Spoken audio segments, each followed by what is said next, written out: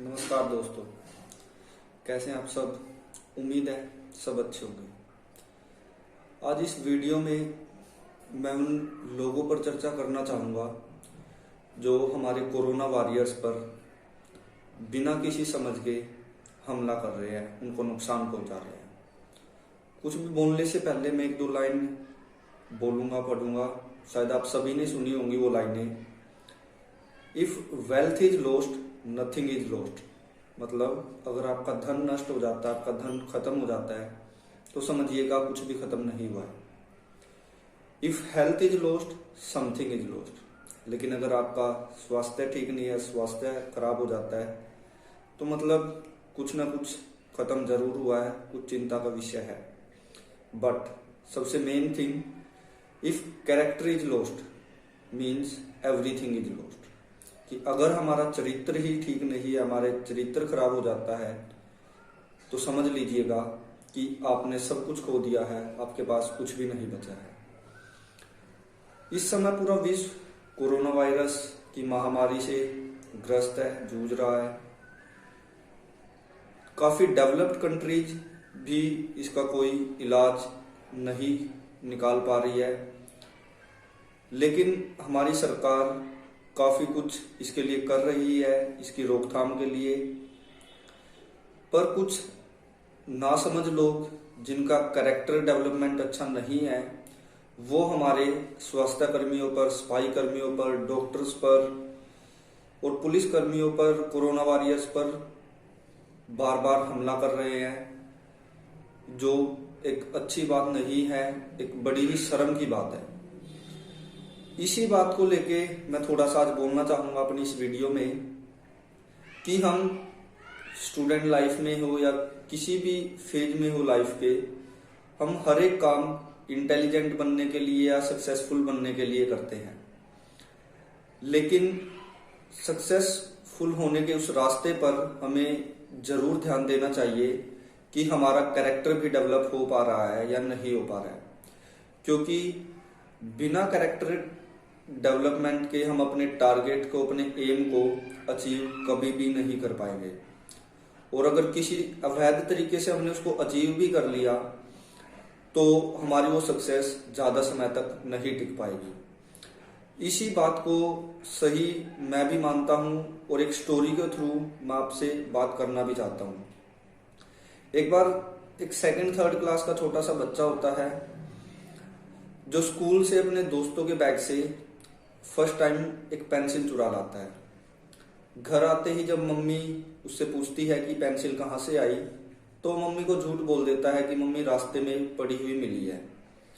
तो मम्मी भी उसको लाड प्यार के चक्कर में कुछ नहीं कहती।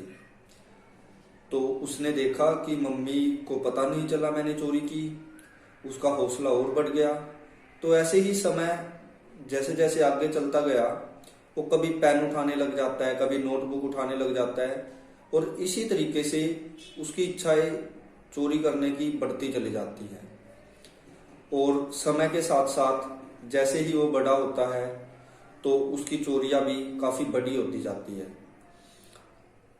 और जब एक वो मैच्योर कंडीशन में आ जाता है लाइफ के, उस टाइम तक वो काफी अच्छा खासा बड़ा चोर बन जाता है, काफी बड़ी बड़ी चोरियां करने लग जाता है। और उन चोरियों से उसके पास इतना पैसा होता है कि वो अपनी लाइफ को बड़ी एक लग्जरियस लाइफ वो जी रहा होता है। लेकिन जैसे जैसे उसकी चोरियां बढ़ी, पुलिस को भी उसकी तलाश थी, तो एक बार चोरी करते हुए वो पकड़े जाता है। उसके ऊपर केस चला, अदालत ने उसको फांसी की सजा सुनाई, क्योंकि उसने बहुत सी बड़ी बड़ी चोरियां की थी, डाके डाले थे, तो उसको फांसी की सजा सुनाई गई। ऐसे ही उसकी फांसी का समय भी नजदीक आ गया, और फांसी के दिन उससे उसकी आखिरी इच्छा पूछी गई, तो उसने अपनी माँ से मिलने की ख्वाहिश जाहिर की। तो उसकी माँ को बुलाया गया। जब उसकी माँ उसके पास आई, तो उसने गले लगकर अपनी माँ के कान को काट लिया, मुंह से उसको कान को काट लिया। तो वहां खड़े सुरक्षा कर्मियों ने, पुलिस कर्मियों ने उनको अलग किया, उसको छुटाया, उसकी माँ को। और उस लड़के से पूछा कि भाई तूने ऐसा क्यों किया, तेरी माँ तुझसे इतना प्यार करती थी तो तूने उसके कान को क्यों काटा। तो उसने कहा कि जब मैंने पहली बार पेंसिल चुराई थी, अगर उसी टाइम मेरी माँ ने मुझे डांटा होता, मारा होता शायद थप्पड़, तो आज मुझे फांसी नहीं होती, मैं इस स्थिति में नहीं होता और ना मैं शायद इतना बड़ा कोई चोर बनता। तो दोस्तों सारी बात क्या थी कि जो उसका कैरेक्टर डेवलप होना था वो उस तरीके से नहीं हो पाया था और इसीलिए कहीं ना कहीं आज उसकी लाइफ ही खत्म हो रही थी। तो मैं हर किसी को यही बात कहूँगा कि आप अच्छे से पढ़े, अच्छे से आगे बढ़े, लेकिन साथ के साथ अपने अंदर ईमानदारी रखे, ऑनेस्टी रखे और अपने कैरेक्टर को जितना अच्छा हो सके उतने अच्छे से डेवलप करें, अच्छा बनाएं।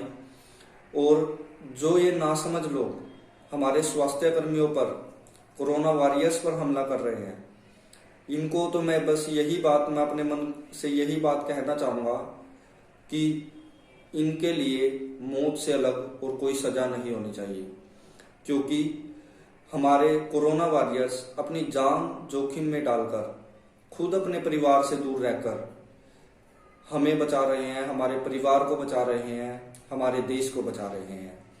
इसीलिए आने वाली पीढ़ी को, इस हर एक पीढ़ी को, हर एक भारतवासी को मैं यही सलाह देना चाहूँगा कि अपने कैरेक्टर को इतना अच्छा जरूर बनाए कि कभी भी हमारा कोई भी कर्तव्य है, कोई भी काम ऐसा ना हो जो देश विरोधी हो, जिससे हमारे देश की आन बान शान को खतरा हो। Thank you. जय हिंद, जय भारत।